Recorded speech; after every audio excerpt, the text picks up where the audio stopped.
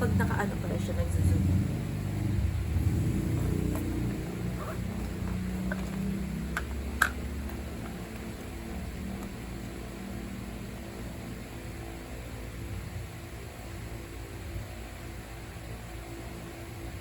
Ay, napaka-pala.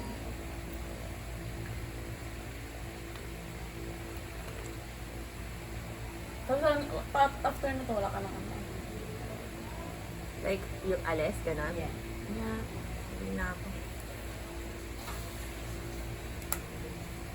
I-edit. Okay. So, anong part na yun na-edit mo? Ang hindi ko pa na-edit yung question number 6. Hindi, 5, 6, 7 ata. Sige. Pero isang video lang naman yun eh, kaya okay. Sige. Na kahit hindi pa sila edited.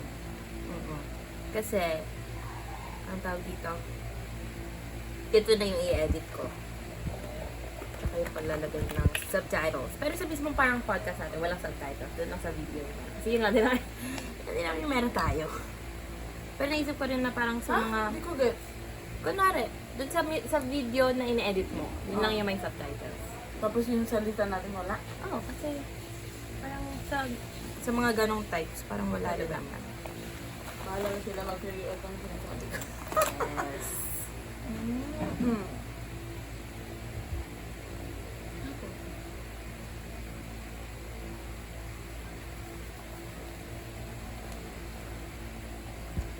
Nakasabi ka sa video ko. Hindi sa ulit buhok ko. Dito. Medyo. Ito ano?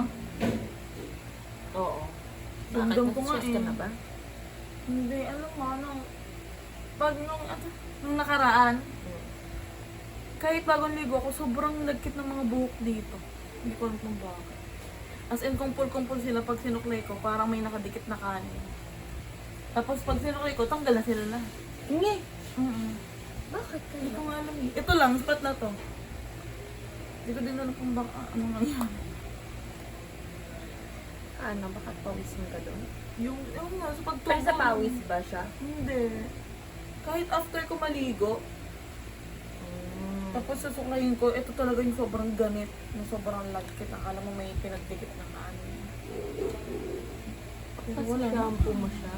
Ano ba shampoo mo yung sunsilk? Bumalik na ako sa pink. Ano ba dati? Green? Baka kaya.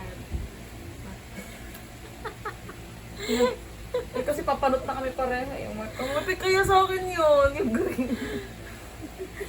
Eh kaso, doon sa green, hindi ganun kasmut yung buhok ko. Ang kasi siguro natubo. Mas smooth sa ano, sa pink. Pang ano lang talaga yun, pang Akala ko dati hindi yung totoo. di ba? Ang ganda ko din eh. Kasi parang feeling ko minsan sinasabi lang nila na papahaba, pero hindi naman. Pero na-feel ko siya nung time nung time na papanot na ako. Kailan yung third term last year? Kaya alam mo ba yun? Or nung nagpe-play? Nung may chem. First term. Kahit ako mapapanood sa kanya. Anong mas madali para sa'yo ngayon? Chem o anato? Based sa exam. Ano ba tayong exam? Ayaw nga. Pero kung pag about sa mga ganun, mas gusto ko yung chem. Kasi hindi lang siya about meron kang formula na susunod sa pag-solve. Yun yung nagpapataas sa akin kapag sa ulo ko yung mga formula yun. Pero kapag about ano lang, mga ano tawag dito? Mga statements na wala na. Hirap na ako dun. Kaya lang sana sa physics madali lang. Kasi yun talaga ang puro formula. Oo. Pero hindi lang, kailangan ko rin sabihin.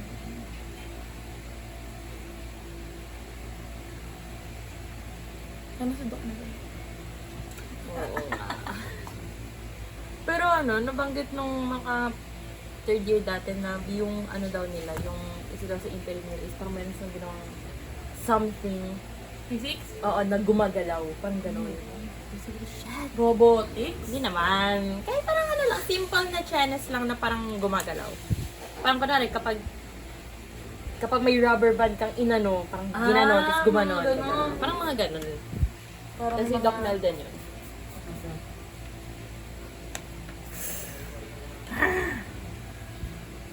Sana nga si Doc Mel. no? Either si Doc Mel or si Ma'am Gretch. Parang ayoko nang mag-ibang prof. Kasi kung mahirap yung kung naturunan nila tayo ng mahirap ng subject, tapos nakayanan natin. Sabihin, effective sila. Oo. Harap mo yung Ma'am Gretch yun. GG sa interview. Oo. Buti pwede din yun na parang iba-iba sila ng interview. No? Oo, ano? Kasi Kala iba-iba ko pala tayo. isa, baka sila nagde-decide. Oo, pero si Sir Pat yung ano, 'di ba, yung parang Head. GE head. So, pinapayagan niya parang ganon. So that's interesting. Bakit tayo nakirapan? Pero masaya naman. Mahirap lang talaga. Pero bakit parang pag binabanggit nila yung zoology, Ano? parang wala naman, parang Oo, di naman natin napag-aralan yung mga eh. yun. Siguro kasi ano din siya, wet med siya. So parang medyo mas technical yung approach niya. Pero si Ma'am ay biology na. Oo. Si Doc ay talagang vet. Oo. So, parang siya. Pero grabe, hindi ko din nababanggit pala yung mga muscle na yan. Yeah, kasi parang overview lang sa atin kung anong general zoology. Papa. Talagang overview lang siya. Diba? Diba? Ano yun? Ibon? I don't know. May mga ibon kami sa bahay. Lovebird sila. Tapos, Quago? or, Or crow? hindi ko alam. Hindi ko yung crow kasi parang crow. Ganun sila tumunog eh. Hindi sila parang, oh. Ano parang quago nga? Hindi pa ako nakakarinig ng quack. Ako din eh, pero parang ganyan yung tunog nila. Parang malam. Prior knowledge. Joke. Ano? Ano to dun? Di ba may ganun na yung kahit hindi mo alam, parang may alam sa bagay.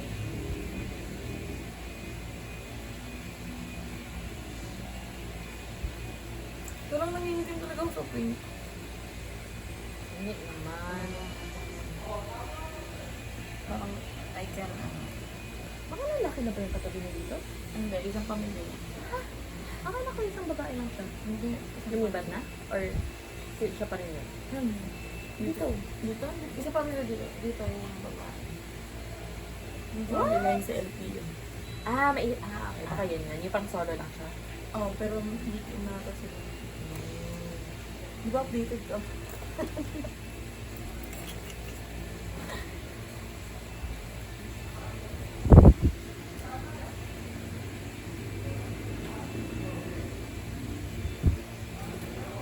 Alam mo yung sa ano, yung kay isa mga Nepo baby.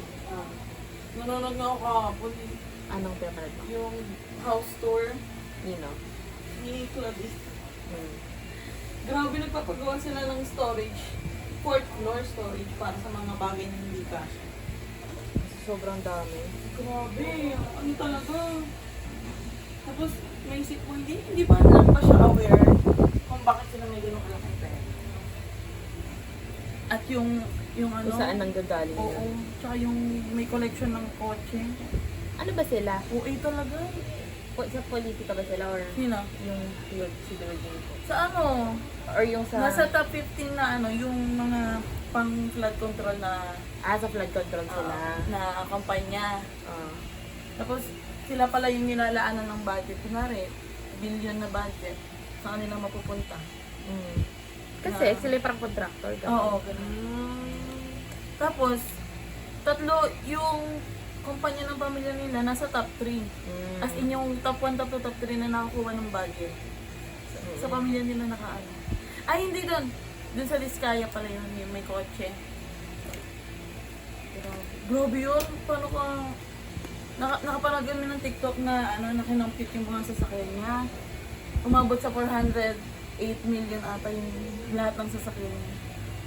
Grabe, ilan sasakyan mo? 40. 14? 40. 40? Nasasakyan? What the hell? Di ba? Kung iba Hot Wheels lang yung kinokollect siya, totoong sasakyan. Tapos pinakita niya pa sa mga sa... Ano to? Ay, wala palang powder, kaya palang oily ko. Ano nga to? Ano pangalan nito? Wait. Nagpa-interview siya na binanggit niya yung mga design, yung mga sasakyan. Inisa-isa. Tapos pumayag siya na i-public yun. God. Grabe. Di ba naman nagagalit? yung mga tao talaga. Tapos hindi sila nagtataka kung ba't siya may ganong karaming kotse. Tapos in-interview siya, sabi, parang nagsimula lang daw yun nung nagkaroon sila ng nagtrabaho sila under DPWH. Sinabi nila mismo yun. Kasi isipin mo, yung DPWH, sa gobyerno yun. Hindi yan nila naisip na pera ng mamayan na. Galing na mismo sa bibig niya, tapos hindi pa siya parang iniimbestigahan. Kung bakit gano'n, kadami. Ang explain niya pa, branding niya daw yon yung kotse. Para daw pagkatiwalaan siya na sila yung mag-take ng project, sila yung gumawa. Kasi successful naman daw, kasi may sasakyan sila. Grabe siya mag-isip. Yun yung kalaban ni Vico Soto. Pagka-mayor. Buti na lang. Tapos kinall out sila ni Vico Soto. Sa ano nga, saan ko ba ito nalaman? Hindi ko alam kung kinuwento lang siya sa kanang ate ko na napanood niya or parang may kakilala din siya. Pero sa Ateneo daw, di ba may mga scholar. Anong scholar yun? Kumbaga, Parang, matalim. parang kami. Pati sa financial? Parang ganun. Kasi in a way, parang ganun na rin yun eh. Anyway, tapos ang sabi raw, binubuli daw, hindi naman binubuli, or parang mapapatingin sa mga scholar sa Ateneo kasi parang ang feeling daw nila is yung tuition nila, sila yung nagpapaaral dun sa mga scholar. Ngayon, parang nakwento kasi siya ng ate ko na parang grabe sila. Sabi ko, oo, totoo yan kasi may... Parang pinapamukha nila sa mga scholar na kami nagpapaaral. Oo. Kasi tuition nila sila nagbabayad sila ng scholar. Oo. Tapos, may nagkwento din sa akin yung kapatid niya, mas batang kapatid, scholar din, yung sa Xavier. Oo. Di ba, Ateneo din yun. Binubuli din daw siya kasi yung scholar siya.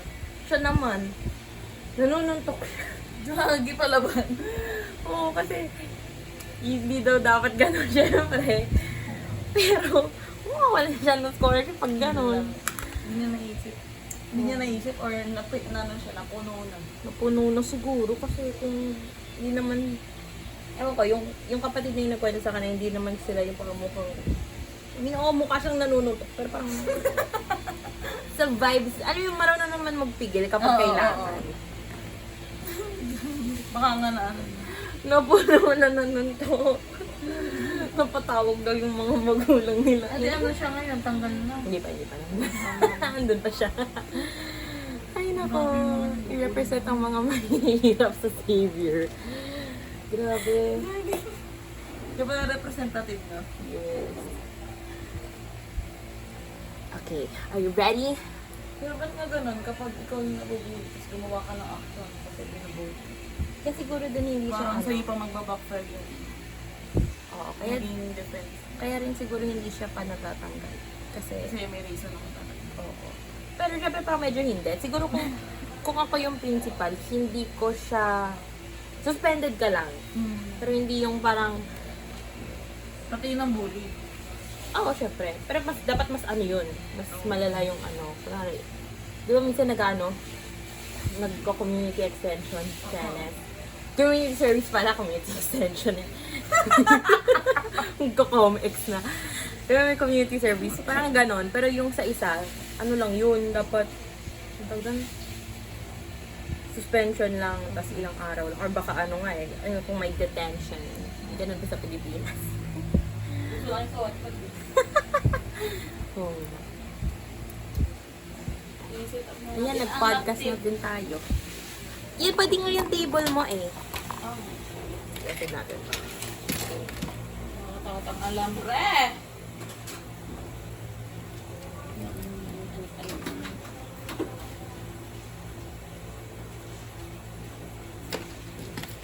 Ang cute naman. Ang laki nga eh. Iapos ko na to.